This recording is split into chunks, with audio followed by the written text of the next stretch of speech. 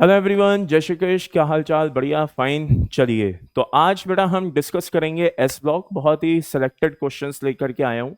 सबसे अच्छी बात यह है कि इस एस ब्लॉक में से जो एडवांस में क्वेश्चन आते हैं, बड़ी सिंपल सिंपल क्वेश्चन आते हैं।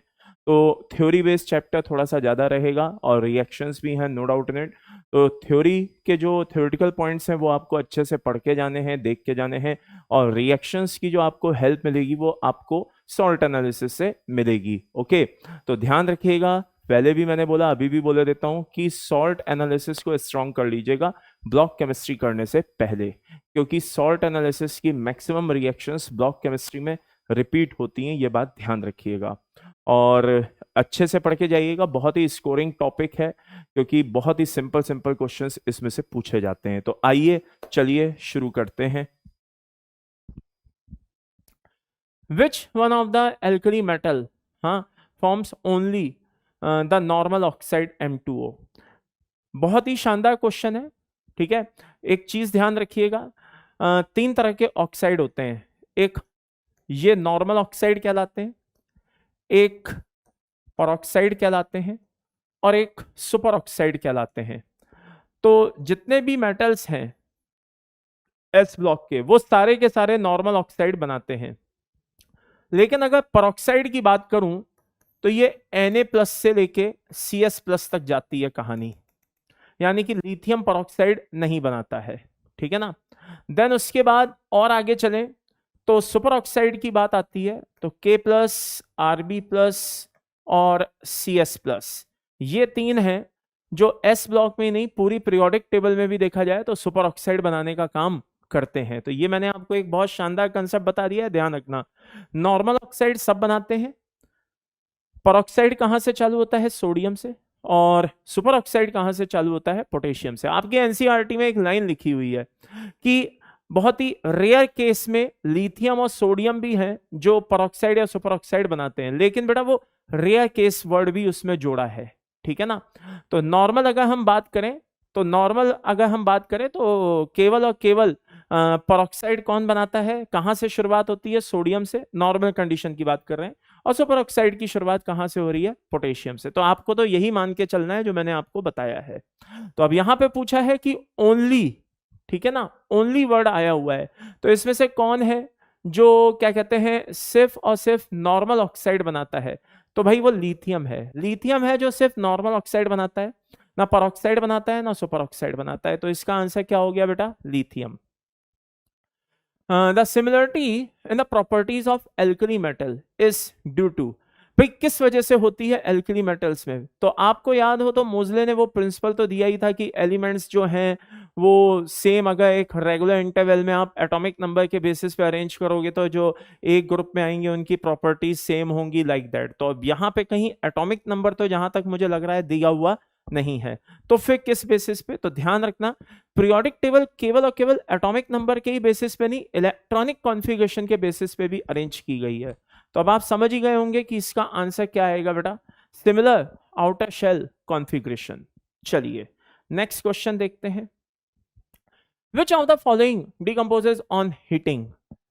तो जरा ध्यान से देखना, फर्स्ट ए ग्रुप में ये LiOH है, NaOH है, KOH है, RbOH है, और क्या है बेटा? CSOH है। ओके, नीचे जब हम जा रहे हैं डाउन दी ग्रुप, फैजानसूल आप सबने पढ़ा हुआ है। मैंने कहा भी था कि फैजानसूल एक ऐसा टॉपिक है जो पूरी ब्लॉक केमिस्ट्री में थ्रू आउट काम आता है। तो जरा ध्यान से देखिए, नीचे जैसे जैसे अपन जा रहे हैं कैटाइन का साइज बढ़ता जा रहा है, तो फाई में क्या आती जा रही है? कमी आती जा रही है, यानी कि कोवेलेंट कैरेक्टर कम होते जा रहे हैं और आयनिक कैरेक्टर बढ़ते जा रहे हैं। तो आयनिक कैरेक्टर बढ़ने से थर्मल स्टेबिलिटी बढ़ेगी। तो ये जो हैं ये ऑन हीटिंग मेल्ट हो जाएंगे, लेकिन कोई रिएक्शन नहीं देते। जान जाए पर वचन ना जाए, मतलब कहने का है मेल्ट हो जाएंगे लेकिन रिएक्शन नहीं देंगे। और वहीं पे अगर इसको ब्रेक करूं ऑन हीटिंग, तो ये Li2O प्लस H2O देगा। तो वही क्वेश्चन इससे पूछा है, विच of the following decomposes on heating? तो आंसर इज लिथियम हाइड्रोक्साइड, जो ऑन हीटिंग ब्रेक हो सकता है। ध्यान रखना, सेम फॉर सल्फेट, कार्बोनेट, है ना, इन सब के लिए भी होता है। क्या मतलब, जैसे सोडियम से लेके सीजियम तक को ले लो, इसके सल्फेट ब्रेक नहीं होंगे, लेकिन लिथियम सल्फेट ब्रेक हो जाएगा। सोडियम से लेके सीजियम तक कार्बोनेट ले लो, ब्रेक नहीं होंगे, लेकिन लिथियम कार्बोनेट ब्रेक हो जाएगा। तो इसीलिए मैंने लिख दिया same for sulphate and chromate. Next question देखते हैं, which of the following metal is most commonly used in photoelectric cell? तो भैया आंसर इज, क्या कहते हैं, सीजियम। Answer is caesium. बात समझ में आ रही है? हाँ, दो चीजें होती हैं, एक तो क्या कहते हैं अपना, एक होता है इलेक्ट्रोकेमिकल और एक होता है ये फोटो इलेक्ट्रिक, तो अलग अलग तरह से यूज आते हैं। तो सीजियम ये एक मतलब इंफॉर्मेशन है जो आपको पता होनी चाहिए। Next, sodium can be extracted, हाँ, on a commercial scale by electrolysis of fused sodium chloride. ठीक है, the process is called, answer is Downs process. एक बच्चे कंफ्यूज होते हैं डाउस प्रोसेस, तो भैया बता दें, डाउस प्रोसेस जो होता है वो मैग्नीशियम के लिए होता है, और जो अपना डाउन्स प्रोसेस होता है वो सोडियम के लिए होता है। तो थोड़ा सा नाम में डिफरेंस है, हाँ, जरा ध्यान से देख लेना भाई। डाउस प्रोसेस आए तो वो मैग्नीशियम के लिए है, डाउन्स प्रोसेस आए तो वो किसके लिए है? सोडियम के लिए। Next, which is an ore of potassium? तो अब आपको ये सारे के सारे पता होने चाहिए। जैसे क्रायोलाइट क्या होता है? Na3Al(F6), क्या यहां पे आपको पोटेशियम कहीं दिखाई दे रहा है? नहीं। डोलोमाइट क्या होता है? CaCO3.MgCO3, क्या यहां कहीं पोटेशियम दिखाई दे रहा है? नहीं। बॉक्साइट क्या होता है? Al2O3.2H2O, क्या यहां कहीं पोटेशियम दिखाई दे रहा है? नहीं। कार्नेलाइट क्या होता है? KCl.MgCl2.6H2O। तो भैया ये किसका सोर्स हो गया बेटा? पोटेशियम का सोर्स हो गया। मतलब आप देख सकते हो कि क्वेश्चन कितने सिंपल हैं, कितने सिंपल, और ये सारे के सारे क्वेश्चन कभी ना कभी एडवांस में आए हुए हैं। जी हाँ, मेंस की भी बात नहीं कर रहा, किसकी बात कर रहा हूं? एडवांस में आए हुए हैं।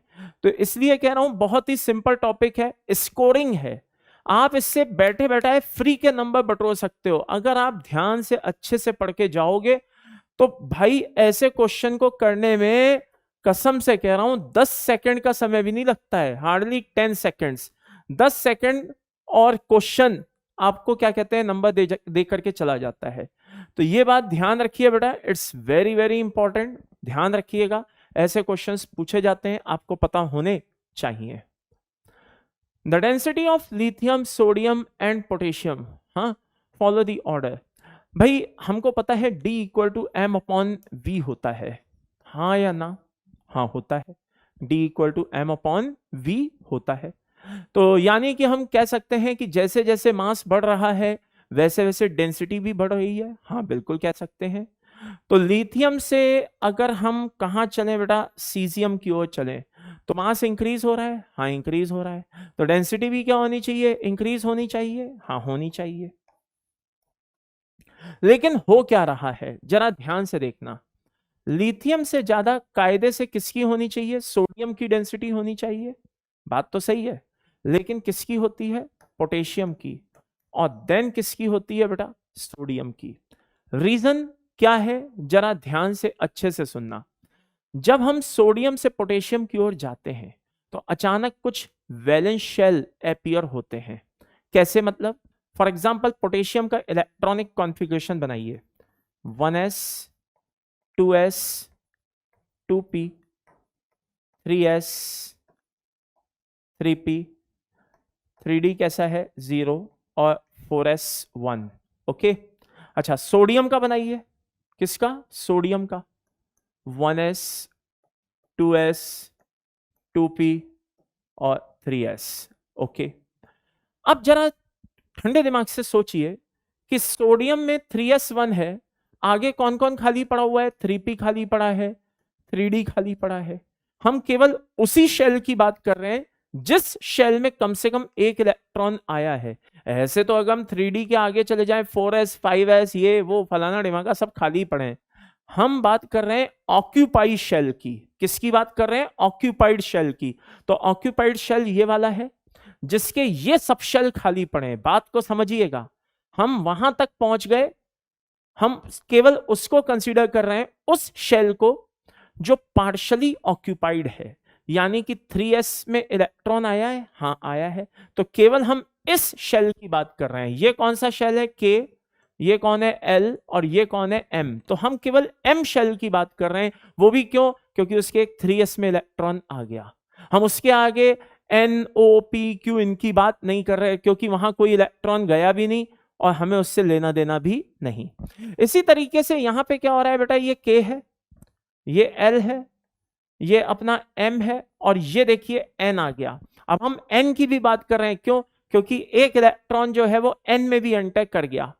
तो अब आप बोलेंगे सर वो तो सब सही है, कहना क्या चाहते हो? कहना मैं ये चाहता हूं कि यहां पे कायदे से देखा जाए तो खाली ऑर्बिटल्स या खाली सबशेल्स हमारे पास 3p 3d हैं, जबकि यहां पे कायदे से देखा जाए तो खाली जो सबशेल्स हैं हमारे पास कौन कौन है?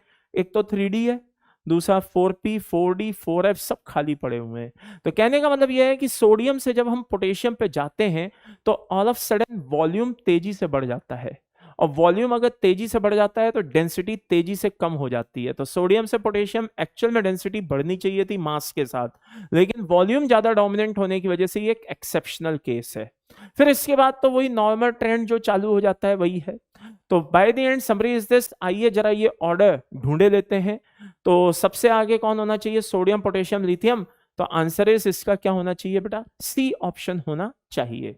तो कोई आपसे पूछे भाई ऐसा क्यों हुआ, बोल देना सोडियम से पोटेशियम माना कि मॉलिक्यूलर वेट एटॉमिक वेट बढ़ रहा है, लेकिन वॉल्यूम ज्यादा तेजी से बढ़ रहा है, और जब वॉल्यूम तेजी से बढ़ता है तो डेंसिटी में तेजी से कमी आती है। दैट्स व्हाई सोडियम आगे है, देन पोटेशियम है, और देन लिथियम है। ये बात समझ में आ गई? Which of the following elements combines directly with nitrogen to form its nitride? भाई वैसे तो अगर मैं दुनिया भर की अच्छी अच्छी बुक्स देखूं फॉरेन ऑथर की, तो फर्स्ट ए ग्रुप में आपको सोडियम पोटेशियम दोनों ही एलिमेंट ऐसे मिलेंगे जो क्या कहते हैं नाइट्रोजन से रिएक्ट करके नाइट्राइड बना रहे होंगे।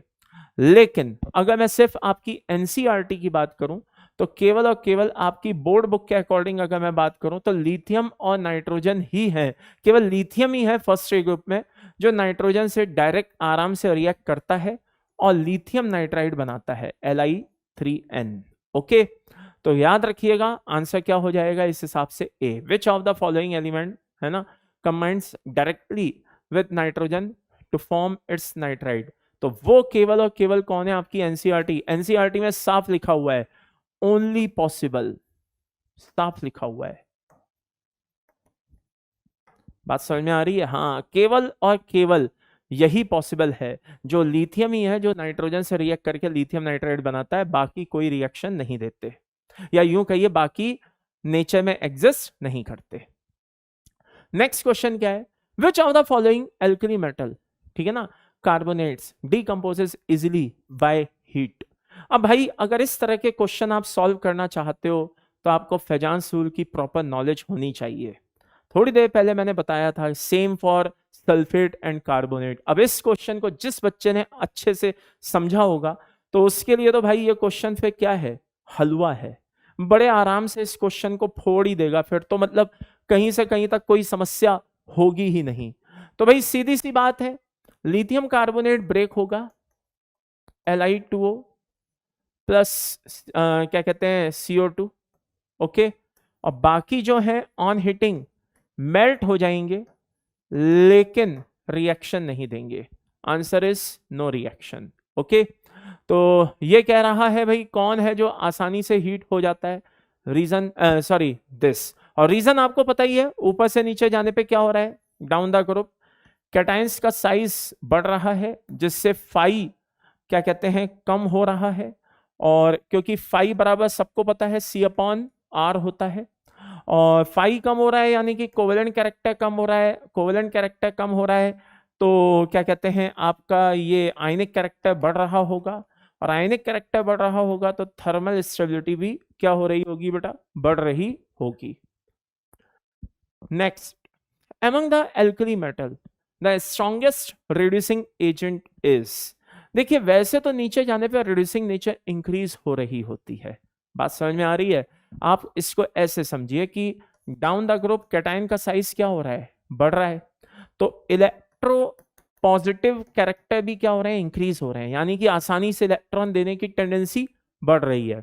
अब इलेक्ट्रो पॉजिटिव कैरेक्टर बढ़ रहे हैं तो मतलब आप कह सकते हो कि मेटल जो है बड़ी आसानी से अपना एक इलेक्ट्रॉन लूज कर रहा है। तो इस प्रोसेस को हम बोलते हैं एक तरह से क्या बोलते हैं, ऑक्सीडेशन। और जो ये शो करेगा वो कौन होगा, रिड्यूसिंग एजेंट। ओके, तो इस हिसाब से तो भाई सबसे अच्छा जो स्ट्रॉन्गेस्ट रिड्यूसिंग एजेंट है इन सब में कायदे से देखा जाए तो रूबिडियम होना चाहिए था, अगर सीजियम होता तो फिर सीजियम होना चाहिए था, लेकिन एक्सेप्शनली कौन सबसे ज्यादा होता है, लिथियम, Li+। ये बात समझ में आ गई, वही हाइड्रेशन एनर्जी वाला एक केस है, अगर आप लोगों ने वही फैजान सूल में इस चीज को हम बताते भी हैं। एनीवेज, तो भाई exceptionally lithium best reducing agent की कैटेगरी में आता है। नेक्स्ट, पोटेशियम गिव्स कैसा कलर देता है भाई, आप लोगों ने अगर देखा हो तो हम लोग फ्लेम टेस्ट पढ़ते हैं, जब एस ब्लॉक पढ़ाते हैं तब भी बताते हैं, जब सॉल्ट एनालिसिस पढ़ाते हैं तब भी बताते हैं। तो हर एक मेटल कोई ना कोई कलर देता है। अगर सेकेंडरी ग्रुप में बात करें तो बेरिलियम मैग्नीशियम कोई कलर नहीं देते, रीजन कि भाई उनका साइज छोटा है, नंबर 1। नंबर 2 क्या कहते हैं, आयनाइजेशन एनर्जी बहुत ज्यादा है, इलेक्ट्रॉन वो इतनी आसानी से लूज नहीं करना चाहते हैं, बहुत सारे इस तरह के रीजन होते हैं। फिर हम बात करते हैं फर्स्ट ग्रुप की, भाई फर्स्ट ग्रुप में कौन है, सब देते हैं कलर, तो लिथियम गोल्डन, लिथियम क्या कहते हैं, कुछ क्रिम्सन रेड दे रहा होता है, सोडियम गोल्डन येलो दे रहा होता है। बात आती है पोटेशियम क्या दे रहा होता है, पोटेशियम दे रहा होता है बेटा पेल वॉयलेट, जिसको आप लिलैक नाम से भी जानते हैं, ठीक है ना। तो ये कलर आपको पता होने चाहिए कि कौन कैसा कलर देता है, ये आपको फ्लेम टेस्ट में हमने पढ़ाया है बेटा, सॉल्ट एनालिसिस में अपन ने पढ़ा है, वहां आप देख सकते हैं। जब एस ब्लॉक में पढ़ा रहा होता हूं तो वहां पे भी दोबारा से लिखवाता हूं कि भाई लिख लो ये कलर देता है, तो कलर आप याद करके जाइएगा। ओके, बहुत इंपॉर्टेंट है, कलर याद करने की फालतू की कोई ट्रिक ना करें, जहां पे जो कलर आया है उसको वहीं पे याद रख करके छोड़ दें। अननेसेसरी इसकी ट्रिक बना करके अगर आप याद करने की कोशिश करेंगे तो सिर्फ टाइम बर्बाद होगा, हाथ कुछ नहीं आएगा, ये बात ध्यान रखिएगा। चलिए next, which of the following alkali metal, ठीक है ना, does not form alum. Alum का फॉर्मूला क्या होता है बेटा, M2SO4, ठीक है, dot M2SO4 whole thrice dot 24H2O, ठीक है ना। ये जो M है इसको M बोले देते हैं, इसको M डैश बोले देते हैं। ओके, ये M है, ये M डैश है।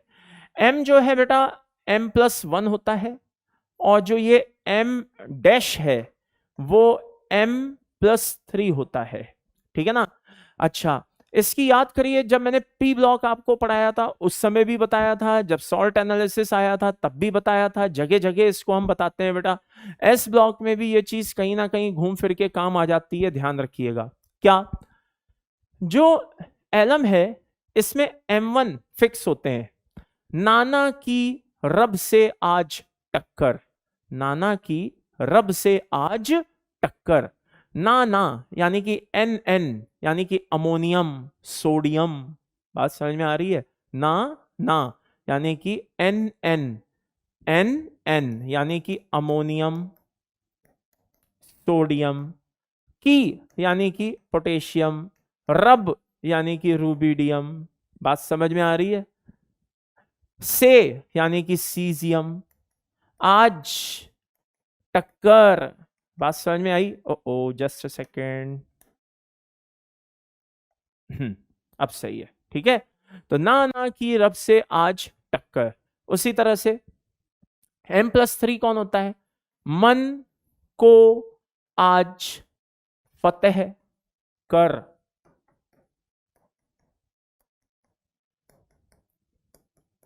तो +1 कौन होते हैं और +3 कौन होते हैं, अब आपको समझ में आ गया होगा। नाना की रब से आज टक्कर, ये सब तो +1 होते हैं, और मन को आज फतेह कर ये सब +3 होते हैं, यानी कि ये मेटल्स हैं जो एलम बनाने में इन्वॉल्व होते हैं। अब लिथियम क्यों नहीं होता है भाई, देवे बता दूं कि कौन नहीं बनाता, लिथियम एलम नहीं बनाता। क्यों नहीं बनाता भाई, लिथियम का साइज छोटा है और कोऑर्डिनेशन नंबर की जो रिक्वायरमेंट है वो कितनी है 6, और ये कितनी शो करता है 4। कैसे भाई, 2 मेटल इधर है 2 इधर है, यानी कि 4 मेटल है, हाँ है। उधर वाटर कितने हैं 24, हाँ है, यानी कि एक के हिस्से में 6, यानी कि कोऑर्डिनेशन नंबर 6 हमें मेंटेन करना है। जबकि लिथियम तो मैक्सिमम 4 कोऑर्डिनेशन शो करता है और साइज भी कैसा होता है, छोटा होता है, वो इतने वाटर मॉलिक्यूल को होल्ड नहीं कर सकता। तो लिथियम एलम बनाना पसंद नहीं करता। Magnesium uranyl test is used for, किसके लिए यूज होता है साहब? अगर कैटाइन की बात करूं तो आप कह सकते हैं कि यह सोडियम के लिए होता है, ओके। और एनायन में बात करूं तो बेटा एनायन में भी यह यूज होता है फॉस्फेट के लिए, ठीक है। खैर, तो यहां पे जो हमें दिया हुआ है उसके अकॉर्डिंग मैंने इसका आंसर दे दिया है आपको कि भाई किसके लिए यूज होता है, ये सोडियम के लिए यूज होता है। आई रिपीट, किसके लिए यूज होता है बेटा? सोडियम के लिए यूज होता है।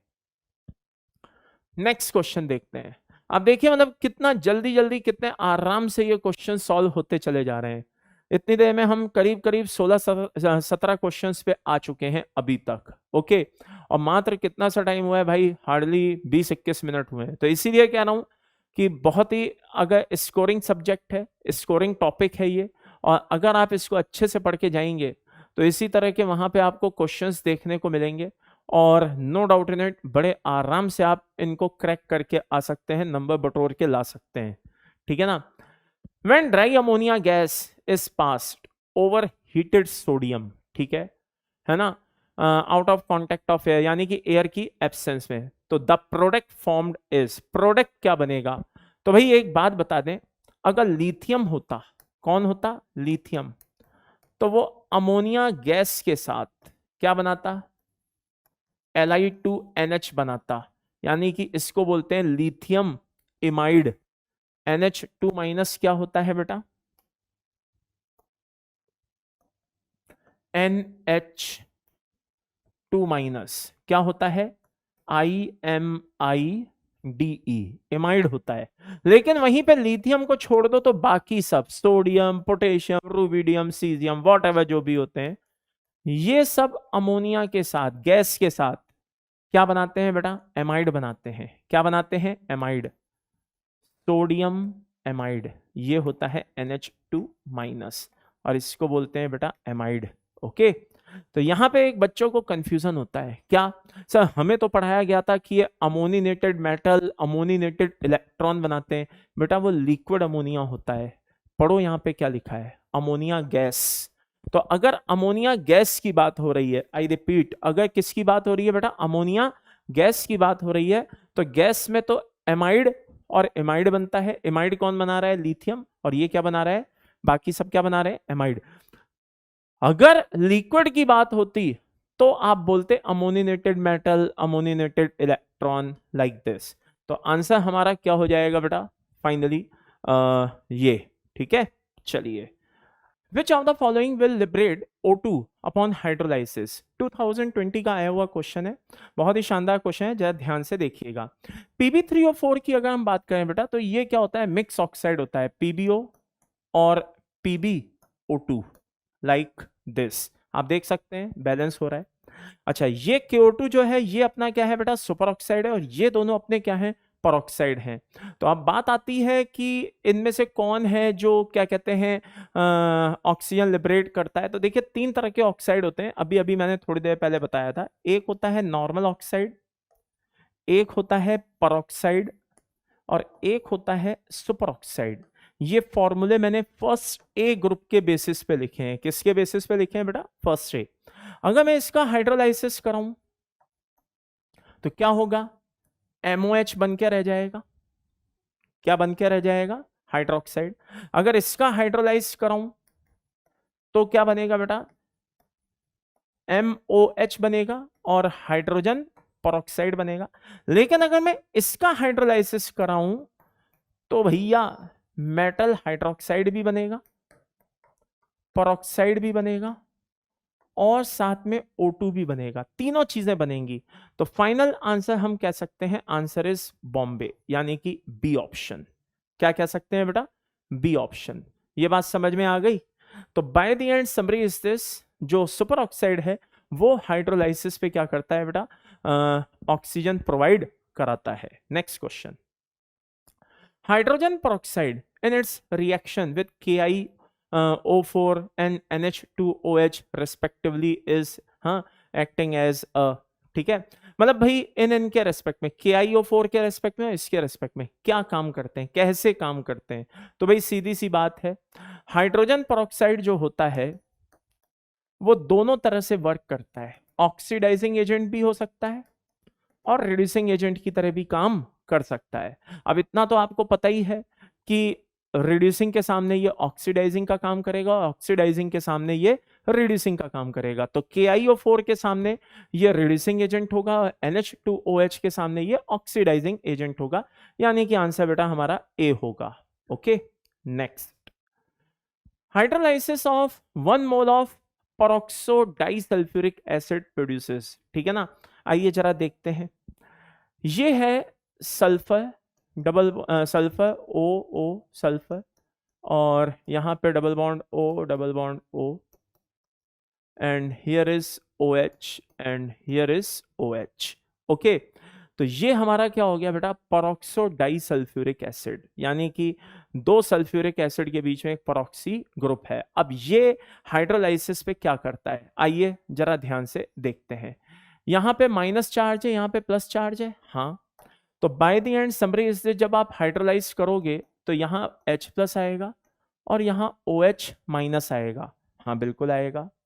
तो by the end summary is this, ये इस तरीके से ब्रेक हो जाएगा और ये इस तरह से ब्रेक हो जाएगा, हाँ हो जाएगा।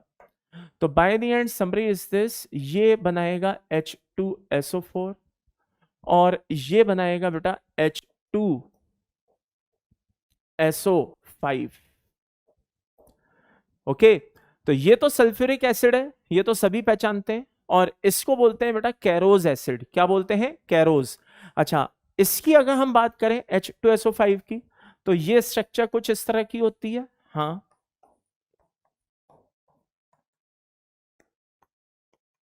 तो इसको हम आगे भी हाइड्रोलाइज करा सकते हैं, तो ये फाइनली बनाएगा हाइड्रोजन पेरोक्साइड और sulphuric acid.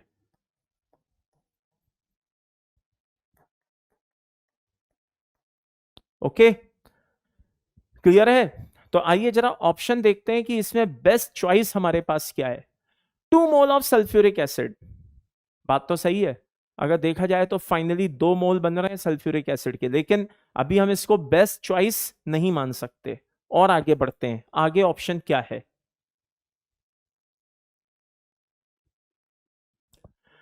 2 mole of peroxo monosulphuric acid, नहीं, 1 mole of sulphuric acid and 1 mole of peroxo monosulphuric acid, हाँ ये मान सकते हैं।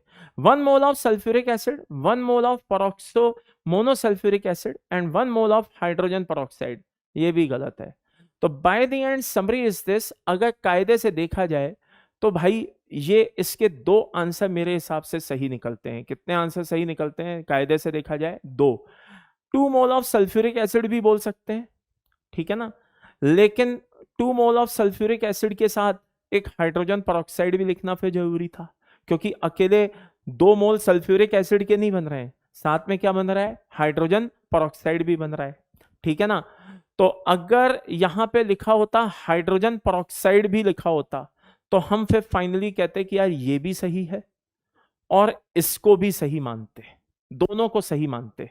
लेकिन क्योंकि यहां पे उसने क्या लिखा है 2 मोल सल्फ्यूरिक एसिड और हाइड्रोजन पेरोक्साइड को डिस्कस नहीं किया क्योंकि वो भी बनता है, तो भाई ये आंसर पूरी तरह से सही नहीं है। फिर ऐसी कैटेगरी में क्या है, हमें बेस्ट चॉइस देखनी पड़ेगी और बेस्ट चॉइस हमारे पास है 1 mole of sulphuric acid and 1 mole of peroxo monosulphuric acid. हमें मतलब ये क्वेश्चन मैंने जानबूझ के 1996 का है, ये क्वेश्चन जानबूझ के मैंने इसीलिए डाला क्योंकि बच्चे कभी कभी क्या करते हैं, दो एक जैसे दिखने वाले जो ऑप्शंस होते हैं उनमें कंफ्यूज हो जाते हैं कि यार किसको सेलेक्ट करें, इसको या इसको। तो भाई हमेशा बेस्ट चॉइस देखो। आंसर ये भी हो सकता था, ये भी हो सकता है, ये तो खैर होगा ही होगा, ये भी हो सकता था, लेकिन अगर कब हो सकता था, जब इसमें हाइड्रोजन पेरोक्साइड भी साथ में लिखा होता। इसमें तो ये मीनिंग निकल रहा है कि हाँ ठीक है ये निकलता है, दैट्स ऑल। ठीक है, तो थोड़ा सा ये इस तरह के कभी कभी कंट्रोवर्शियल क्वेश्चन आ जाते हैं, तो उसमें हमें बेस्ट चॉइस लेनी पड़ती है कि इसमें बेस्ट चॉइस क्या है। तो बेस्ट चॉइस है हमारी एक ये 1 mole sulphuric acid and 1 mole peroxo monosulphuric acid. तो फाइनल ऑप्शन हमारा क्या होना चाहिए बेटा, सी ऑप्शन होना चाहिए। ओके, नेक्स्ट देखते हैं आगे। The species that do not contain peroxide ion. Hydrogen peroxide को ले लीजिए साहब, इसमें O2 माइनस है, SrO2 को ले लीजिए, Sr2 प्लस है और O2 2 माइनस है।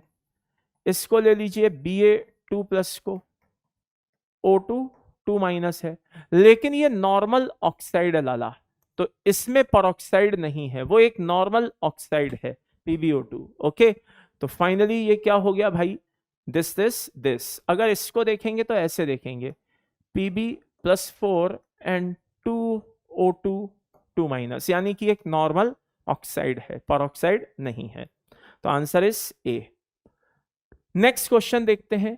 नेक्स्ट क्वेश्चन क्या है, nitrogen dioxide can not be obtained by heating, यानी कि ये पूछ रहा है वो कौन सी रिएक्शन है जिसमें NO2 नहीं बनेगा, वो कौन सी रिएक्शन है जिसमें NO2 नहीं बनेगा। तो आइए जरा देखते हैं किसमें NO2 नहीं बनेगा।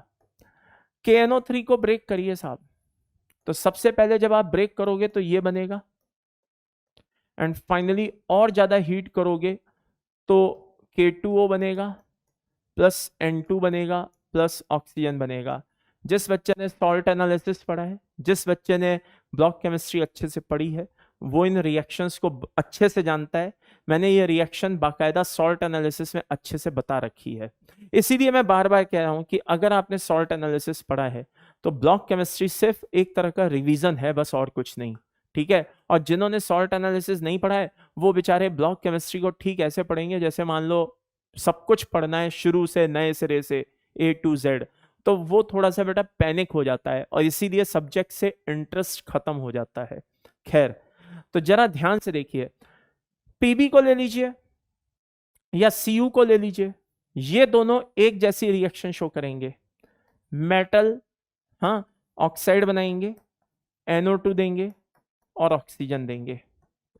और ये Ag जो होता है ये नोबल मेटल होता है, तो शुरुआत में ब्रेक तो ऐसे ही होता है जैसे ये हुए Ag2O plus NO2 plus O, है ना।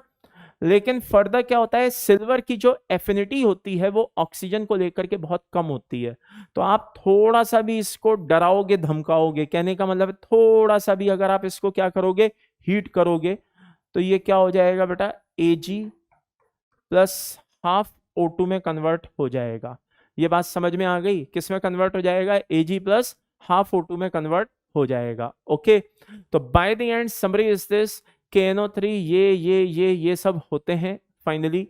हाँ, तो हमारा आंसर आप देख सकते हैं किसमें हमें NO2 नहीं मिल रहा है, तो हमें KNO3 में NO2 नहीं मिल रहा है, तो फाइनल आंसर हमारा A। और ध्यान रखना, जो रिएक्शन आपने KNO3 में देखी है ना, वही same reaction, I repeat, pen की इंक खत्म हो गई भाई, जस्ट अ सेकेंड। वही सेम रिएक्शन, आई रिपीट, वही सेम रिएक्शन फॉर, ठीक है। हाँ, अपना एक तो कौन होगा, Na plus Rb plus CS plus, जैसी रिएक्शन किसकी है, K प्लस की, वैसी ही रिएक्शन किसकी होगी, Na प्लस Rb प्लस और CS प्लस की। सर Li प्लस की नहीं बेटा, Li प्लस की रिएक्शन ठीक ऐसी होगी जैसे कि अदर नॉर्मल मेटल नाइट्राइड की होती है, लेकिन लिथियम एक अलग तरीके से बिहेव करता है। क्यों करता है, ये सब सॉल्ट में और ब्लॉक केमिस्ट्री में मैंने पढ़ाया हुआ है, आप एक बार वहां जाकर के देख सकते हैं। खैर, bye the end summary is this, answer is A। Next question देखते हैं। The oxide that give hydrogen peroxide on treatment with dilute acid. Dilute acid के नाम पे आप यहाँ पे H2SO4 ले सकते हैं। क्या ले सकते हैं बेटा? H2SO4 भी ले सकते हैं, डाइल्यूट H2SO4। तो क्या बना, किसके साथ आपको ये रिएक्शन करानी है? ठीक है ना, the oxide that gives hydrogen peroxide on treatment with dilute acid. तो आंसर इज अपना क्या हो जाएगा बेटा? सोडियम पेरोक्साइड, यानी कि ऑप्शन इज बॉम्बे। बेटा ये क्या कहते हैं, जब अपन लोग हाइड्रोजन पेरोक्साइड पढ़ रहे होते हैं, है ना, या फिर एस ब्लॉक की रिएक्शंस देख रहे होते हैं, तो उस समय ये रिएक्शन वहां पर आती है ना। एस ब्लॉक की रिएक्शन में भी दिया हुआ है, एस ब्लॉक में भी ये रिएक्शन आती है, ध्यान रखिएगा, बहुत ही इंपॉर्टेंट है। ओके, चलिए नेक्स्ट देखते हैं। हैवी वाटर, बहुत ही सिंपल है भाई, D2O को बोला जाता है। हैवी वाटर किसको बोला जाता है बेटा? D2O को बोला जाता है। ठीक है, next, solution of sodium metal in liquid ammonia is strongly reducing due to the presence of। जब आप किसी सोडियम मेटल को लिक्विड अमोनिया में डालते हो, देखो याद करो, अभी थोड़ी देर पहले मैंने गैसियस अमोनिया से आपको रिएक्शन बताई थी, और आप जानबूझ कर के मैं कौन सा क्वेश्चन लाया हूं? लिक्विड अमोनिया का। तो लिक्विड अमोनिया में ये बनाते हैं बेटा अमोनिनेटेड मेटल और अमोनिनेटेड इलेक्ट्रॉन, और वो जो अमोनिनेटेड इलेक्ट्रॉन होता है उसकी वजह से आप कह सकते हैं कि इसका एक कहीं ना कहीं रिड्यूसिंग नेचर भी देखने को मिलता है। नेक्स्ट क्वेश्चन, ये क्वेश्चन देखिए ध्यान से। The adsorption of hydrogen by palladium is commonly known as, किस नाम से जाना जाता है? देखिए कुछ मेटल होते हैं, जैसे आपका पैलेडियम हो गया, प्लेटिनम हो गया, ये हाइड्रोजन को क्या कर लेते हैं बेटा? एड्सॉर्ब कर लेते हैं। हाइड्रोजन के साथ इनको कोई आयनिक कोवेलेंट किसी तरह का कोई बॉन्ड नहीं बनाना, ठीक है ना, कोई केमिकल बॉन्ड नहीं बनाना। बस होता क्या है, जैसे ये पार्टिकल हैं, तो पार्टिकल के बीच में क्या होती है? ब्लैंक स्पेस होती है, वॉइड्स होते हैं, हाइड्रोजन उनमें जाकर के ट्रैप हो जाती है, और इस तरह की हाइड्रोजन को ऑक्लूडेड हाइड्रोजन कहते हैं, और प्रोसेस आप ऑक्लूजन कह सकते हैं। तो ये क्या कहलाता है बेटा? ऑक्लूजन कहलाता है। नेक्स्ट पॉइंट पे चलते हैं। Sodium when burned in excess of oxygen give sodium oxide. तो भाई ये पूछ रहा है कि ये स्टेटमेंट ट्रू है या फॉल्स है। अब आप जरा नोटिस करिए, उसने एक वर्ड यूज किया है एक्सेस। क्या वर्ड यूज किया है? एक्सेस। देखिए जब बात एक्सेस आ जाती है ना, तो सोडियम फिर ये देखता है कि मैं क्या, वो ये नहीं देखता कि मैं क्या बना रहा हूं, वो ये देखता है कि मैं क्या बना सकता हूं। तो बात समझ में आ गई होगी मैं क्या कहना चाह रहा हूं। सोडियम पेरोक्साइड तक भी बना सकता है, पेरोक्साइड सुपर ऑक्साइड भी बना सकता है। मैंने एनसीईआरटी में एक लाइन अभी आपको बोला भी था, क्या कि वैसे तो हम मानते हैं कि सोडियम पेरोक्साइड बनाता है, सुपर ऑक्साइड नहीं बनाता। एनसीईआरटी कहती है ट्रेसेबल अमाउंट में कुछ भी पॉसिबल है। खैर, तो हमें भाई दोनों को ही बातों को रखना है। लेकिन अब आपके मन में एक कंफ्यूजन आ रहा होगा। कंफ्यूजन क्या आ रहा होगा? सर मैं क्या मानूं, बनाता है नहीं बनाता है? वैसे आपको नहीं बनाता ही मानना पड़ेगा। क्या मानना पड़ेगा? नहीं बनाता है, ठीक है ना। तो बहुत ही ध्यान से सुनिएगा, यहां पे क्या हो रहा है, एक्सेस वर्ड आ रहा है, तो आपको ध्यान रखना है कि सोडियम सिर्फ नॉर्मल ऑक्साइड ही नहीं बनाएगा, वो पर ऑक्साइड भी बनाने को तैयार है। तो by the end summary is this, answer क्या हो गया? फॉल्स हो गया। Next question, water is liquid, ठीक है, water is a liquid while H2 is a gas at ordinary temperature, why? Reason बड़ा सीधा सा है कि H2O के पास क्या है? Hydrogen bonding, due to H bonding. Hydrogen bonding के चलते, आई रिपीट, किसके चलते बेटा? हाइड्रोजन बॉन्डिंग के चलते ये क्या कर सकता है बेटा? बहुत ज्यादा स्ट्रॉन्ग बॉन्ड अपने आपस में, इंटरमॉलिक्यूलर हाइड्रोजन बॉन्डिंग बना लेता है। मॉलिक्यूल काफी पास पास रहते हैं। अब इनको तोड़ने के लिए एक तो बॉन्ड की एनर्जी तो चाहिए ही चाहिए, प्लस हाइड्रोजन बॉन्ड को भी तोड़ना पड़ेगा, तो ज्यादा एनर्जी की रिक्वायरमेंट आ जाती है। तो इसलिए हम कहते हैं कि भाई इसका कहीं ना कहीं बॉइलिंग पॉइंट भी इंक्रीज हो जाता है, प्लस हाइड्रोजन बॉन्ड होने की वजह से मॉलिक्यूल पास पास आ जाते हैं, लिक्विड में कन्वर्ट हो जाते हैं। और ज्यादा कम टेम्परेचर कर दिया जाए और मॉलिक्यूल को और पास ले आया जाए तो ये सॉलिड में बदल जाते हैं, लाइक आइस, है ना। तो ये एक नेचर होता है। तो कुल मिलाकर के हाइड्रोजन बॉन्डिंग इसके पीछे मेन लॉजिक है। नेक्स्ट क्वेश्चन देखते हैं। बात आती है मेटेलिक लक्ष्य की, तो ये क्यों पाया जाता है? तो सीधा सा जवाब है भाई, ऑसिलेशन ऑफ लूज इलेक्ट्रॉन। इनमें जो फ्री इलेक्ट्रॉन्स होते हैं मेटल्स में, उनकी वजह से इस तरह की लक्ष्य से मतलब होता है बेटा चमक, यानी कि जैसे आप मेटल को कट करोगे तो इसकी सरफेस जो होती है वो चमचमाती हुई दिखाई देती है, तो हम इसके लिए बोलते हैं क्या, रीजन देते हैं ऑसिलेशन ऑफ इलेक्ट्रॉन। ओके, चलिए नेक्स्ट क्वेश्चन देखिए, molecular formula of global salt. तो भाई देखो, ये जो है बहुत ही इंपॉर्टेंट है, और इस तरह के कॉमन नेम कभी कभी पेपर में आ जाते हैं, पूछ दिए जाते हैं कि भाई MgSO4 क्या है, CuSO4 क्या है, FeSO4 क्या है। आपने नाम सुने होंगे बहुत सारे, gypsum, Epson, white vitriol, green vitriol, blue vitriol, नाम सुने होंगे। तो आपको एक बार मैं तो बता देता भाई, बता ही देता हूं, मना तो करता ही नहीं हूं, बता ही दूंगा, लेकिन मेरे सिर्फ बता देने से कोई फायदा नहीं है। एक बार थोड़ा सा आप भी सर्च करें और पता करें कि इनमें से कौन ब्लू विट्रियोल है, कौन ग्रीन विट्रियोल है ना, थोड़ा सा इनको सर्च करें। बाय द वे, जो क्वेश्चन पूछा गया है वो जरूर मैं बता देता हूं। सोडियम सल्फेट को बेटा ग्लोबल सॉल्ट बोला जाता है, सोडियम सल्फेट .10H2O को, ठीक है ना। तो बाकी 3 नाम आप पता करें और कमेंट बॉक्स में जरूर बताएं कि कौन क्या है, ठीक है। नेक्स्ट क्वेश्चन पे चलते हैं। The temporary hardness of water is due to calcium bicarbonate, है ना, can be removed by adding. किसको मिलाकर के रिमूव कराया जा सकता है? तो भाई सीधी सी बात है, हाइड्रोक्साइड को मिलाकर के, कैल्शियम हाइड्रोक्साइड को मिलाकर के क्या किया जा सकता है बेटा, इसको रिमूव कराया जा सकता है। बॉयल करके भी इसको रिमूव करा सकते हैं, और इसमें हाइड्रोक्साइड मिलाकर के भी अपन इसको रिमूव करा सकते हैं। सोडियम नाइट्रेट हाँ decomposes above 800 degree Celsius to give.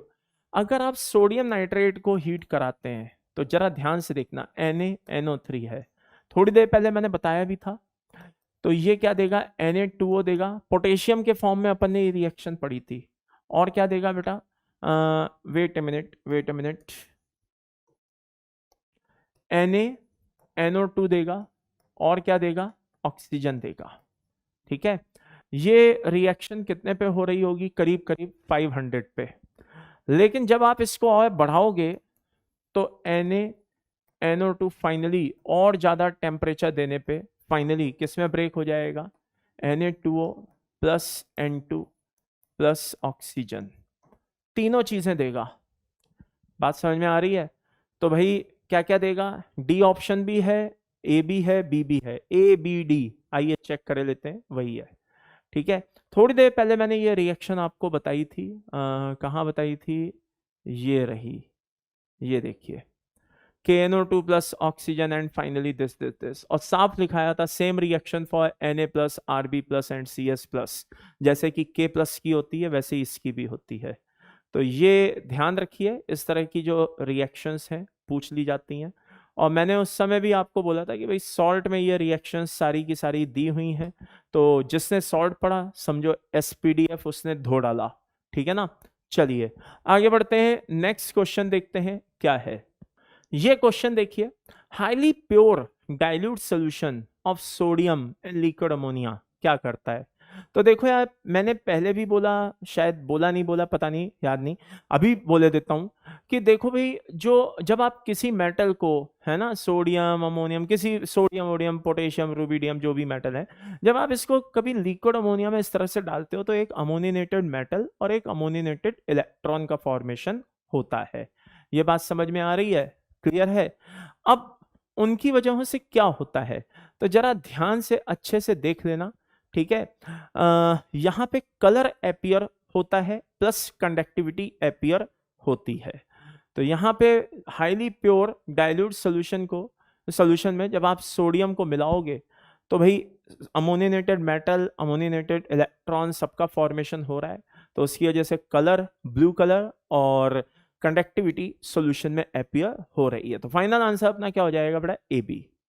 Next question, when zeolite which is hydrated sodium aluminum silicate is treated with hard water, the sodium ions are exchanged with। जो zeolite अपना होता है तो उसमें अगर हमको बाय द वे उसको permanent hardness को रिमूव करने के लिए हमें उसको यूज में लेना है, तो वो किन आयंस को क्या कहते हैं, रिमूव करेगा? तो कैल्शियम मैग्नीशियम आयंस को क्या करेगा बेटा, रिमूव करने का काम करेगा। Answer is C and D. Sodium sulphate is soluble in water, ठीक है, वह barium sulphate is sparingly soluble in water, reason बताइए, या यूं कहिए insoluble in water, barium sulphate insoluble in water भी बोल सकते हैं, ठीक है ना। तो रीजन बताइए इसके पीछे रीजन क्या है। देखिए दो बातें होती हैं, एक हाइड्रेशन एनर्जी होती है और एक लैटिस एनर्जी होती है। ओके, अगर हाइड्रेशन एनर्जी ज्यादा है किससे, लैटिस एनर्जी से, कंपाउंड कैसा होगा, सॉल्युबल। और अगर हाइड्रेशन एनर्जी कम है लैटिस एनर्जी से, तो कंपाउंड कैसा होगा, इन सॉल्युबल। कंपाउंड कैसा होगा, इन सॉल्युबल, ठीक है। तो अगर ये कह रहा है बेरियम सल्फेट सॉल्युबल है, यानी कि हाइड्रेशन एनर्जी ज्यादा है, the hydration energy of sodium sulphate is more than its lattice energy, तो एक तो स्टेटमेंट क्या हो गया, A. Lattice energy of barium sulphate is more than that of hydration energy, एक स्टेटमेंट ये भी सही हो गया। कैसे भाई, वो इनसॉल्युबल है, तो वो कब पॉसिबल है, जब लैटिस एनर्जी क्या हो, ज्यादा हो हाइड्रेशन से। और lattice energy has no role, गलत। Hydration energy of sodium sulphate is less than, ये भी गलत। तो फाइनल आंसर इसका ए और बी होना चाहिए और वही है। तो ये बात हमेशा ध्यान रखिए, सॉल्युबिलिटी में फैजान सूल में अपन इसको पढ़ के आ चुके हैं। नेक्स्ट पॉइंट पे चलते हैं। LiCl एक तरह से इसमें कोवेलेंट कैरेक्टर डोमिनेंट होते हैं, हाँ, और इलेक्ट्रोनेगेटिविटी का जो डिफरेंस होता है Li और Cl के बीच में वो बहुत ही कम होता है, गलत। तो स्टेटमेंट 1 तो सही है कि कोवेलेंट होता है, लेकिन दूसरा स्टेटमेंट गलत है, वो डिफरेंस बहुत कम नहीं, अच्छा खासा होता है। तो finally answer is C, statement 1 is true, second is false. Next question देखिए, iodine react with hot NaOH solution, हाँ, the product are NaI and, देखो भाई सीधी सी बात है, नॉन मेटल जब बेस के साथ रिएक्शन करता है तो क्या होता है, तो नॉन मेटल जब बेस के साथ रिएक्शन करता है बेटा, तो डिस्प्रपोर्शनेशन रिएक्शन होती है, यानी कि एक तरफ आयोडीन जो है वो बेस के साथ रिएक्ट करके अगर NaI बना रहा है तो दूसरी तरफ NaIO3 बना रहा होगा। तो ये मैकेनिज्म भी मैंने आपको बताई हुई है क्लास में, आप एक बार अच्छे से देख सकते हैं पूरा। तो ये डिस्प्रपोर्शनेशन रिएक्शन का एक तरह से एग्जांपल है। Next question, sodium salt of an unknown anion when treated with MgCl2, ठीक है ना, gives white precipitate only on boiling, the anion is, एक सोडियम सॉल्ट है, अननोन एनाइन का, जिसको हमने MgCl2 के साथ रिएक्ट करवाया, ठीक है ना। अब वो व्हाइट प्रेसिपिटेट दे रहा है केवल बॉइलिंग पे, तो यहाँ पे एक हमें हिंट मिल गया कि केवल बॉइलिंग पे, अगर सल्फेट होता तो डायरेक्ट पीपीटी मिलता, कार्बोनेट होता डायरेक्ट पीपीटी मिलता, नाइट्रेट होता तो कभी पीपीटी मिलता ही नहीं, क्योंकि ऑल नाइट्रेट्स आर सॉल्युबल। बचा कौन, बाइकार्बोनेट। बाइकार्बोनेट होता है बेटा जो बॉयल करने पे, शुरुआत में कोई पीपीटी नहीं देता, लेकिन बॉयल करने पर ही वो पीपीटी देता है। ओके, नेक्स्ट क्वेश्चन, यहां पे दो लिस्ट हमें दे दी गई हैं और बहुत चालाकी दिखाई दी गई है, बहुत चालाकी दिखाई दे रही है। क्या, यहां पे प्रोडक्ट दिया है, उधर रिएक्शन दी है, इधर रिएक्शन उधर प्रोडक्ट देते थोड़ा आसानी रहती, क्या किया, उल्टा किया है। यहां पे प्रोडक्ट दिया है, वहां पे रिएक्शन दिया और बोले बताओ मैच कराओ। तो आइए जरा मैच कराते हैं। हाइड्रोजन पेरोक्साइड इनमें से किससे बन सकता है, आई रिपीट, तो 1 का आंसर क्यू हो सकता है, ठीक है ना। ये इसका एक जनरल मेथड प्रिपरेशन है। तो by the end summary is this, 1 का आंसर क्यू।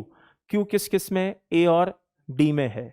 आगे बढ़ते हैं, मैग्नीशियम हाइड्रोक्साइड कहां बन सकता है, आर, आयन एक्सचेंज करा दो, ठीक है, आर इधर भी है इधर नहीं है, तो आंसर हमारा वैसे तो डी ऑप्शन आ गया, ठीक है ना। आइए और भी देखे लेते हैं, BaCl2 3 का क्या बता रहा है, एस।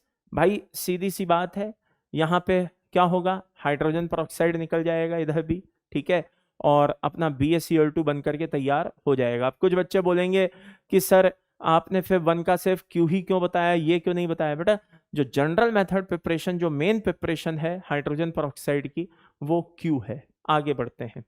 नेक्स्ट फोर्थ ऑप्शन को, कैल्शियम कार्बोनेट को ले लीजिए। किसको ले लीजिए? Calcium carbonate. कैल्शियम कार्बोनेट किससे बनता है भाई? P बता रहा है। हाँ ठीक है, अभी अभी अपन ने देखा ही था रिएक्शन, वो मैग्नीशियम के साथ, ये कैल्शियम के साथ है। तो कैल्शियम का बाई कार्बोनेट बनेगा, उसको आप बॉयल करा दोगे तो फाइनली आपको क्या मिलेगा? कैल्शियम कार्बोनेट का ही फॉर्मेशन होता हुआ दिखाई देगा। ये बात समझ में आई? So final answer is this. क्या? D option is correct. यहां पे क्या है? Element A burns in nitrogen to give an ionic compound, ठीक है ना? बी, ठीक है साहब। अच्छा, compound B react with water to give C and D. अच्छा चलो वो भी मान लिया। फिर क्या है? A solution of C becomes milky on bubbling carbon dioxide. अच्छा, और identify A B C D. तो पूरे क्वेश्चन में मुझे क्या हुआ बेटा? यहां से एक हिंट मिल गया कि ये किस मेटल की बात कर रहा है। तो हमने कैल्शियम लिया, ठीक है। जो एलिमेंट ए है वो कौन है बेटा? हमारा कैल्शियम है। और हमने इसकी नाइट्रोजन से रिएक्शन करा दी, तो क्या बन गया? Ca3N2 का फॉर्मेशन हो गया कैल्शियम नाइट्राइड का। तो ये कंपाउंड कौन हो गया बेटा? ठीक है, बी। अब कैल्शियम नाइट्राइड जो है हमारे पास, इसको हमने हाइड्रोलाइज कराया तो हमें मिला कैल्शियम हाइड्रोक्साइड, और क्या मिला बेटा हमको? अमोनिया। तो इसमें से एक को क्या मान लो? सी, और एक को क्या मान लो? डी। तो इसको सी माने लेते हैं और इसको डी। अब ये कह रहा है कि जो सी ऑप्शन है हमारा, यानी कि कैल्शियम हाइड्रोक्साइड, जब आप इसमें लंबे समय तक CO2 पास कराओगे तो मिल्की और बबल्स, मतलब वो कार्बन डाइऑक्साइड गैस पास कराओगे तो मिल्की सॉल्यूशन, वही व्हाइट कलर टर्बिडिटी अपीयर होगी कैल्शियम, ठीक है ना, कार्बोनेट की। किसकी? कैल्शियम कार्बोनेट की। ओके, कैल्शियम कार्बोनेट की एक मिल्की कलर अपीयर होगा। और लंबे समय तक अगर CO2 पास कराते होगे, बहुत ही समय तक, तो ये CO2 भी क्या हो जाएगा? ये कार्बोनेट भी क्या हो जाएगा? गायब हो जाएगा। और वहां पर कैल्शियम बाई कार्बोनेट आ जाएगा, वो मिल्की कलर जो था वो गायब हो जाएगा। तो इस तरह से यहाँ पे हम देख सकते हैं कि ABCD हमारे कौन कौन हैं, ठीक है। सो फाइनली बेटा ये थे हमारे सारे क्वेश्चंस। होपफुली आपको अच्छे से समझ में आ गए होंगे, क्रॉस चेक आपने बढ़िया से किया होगा। तो नेक्स्ट टर्न पे बेटा हमारी आपकी मुलाकात होगी P ब्लॉक के लिए। Take care, bye bye, love you all.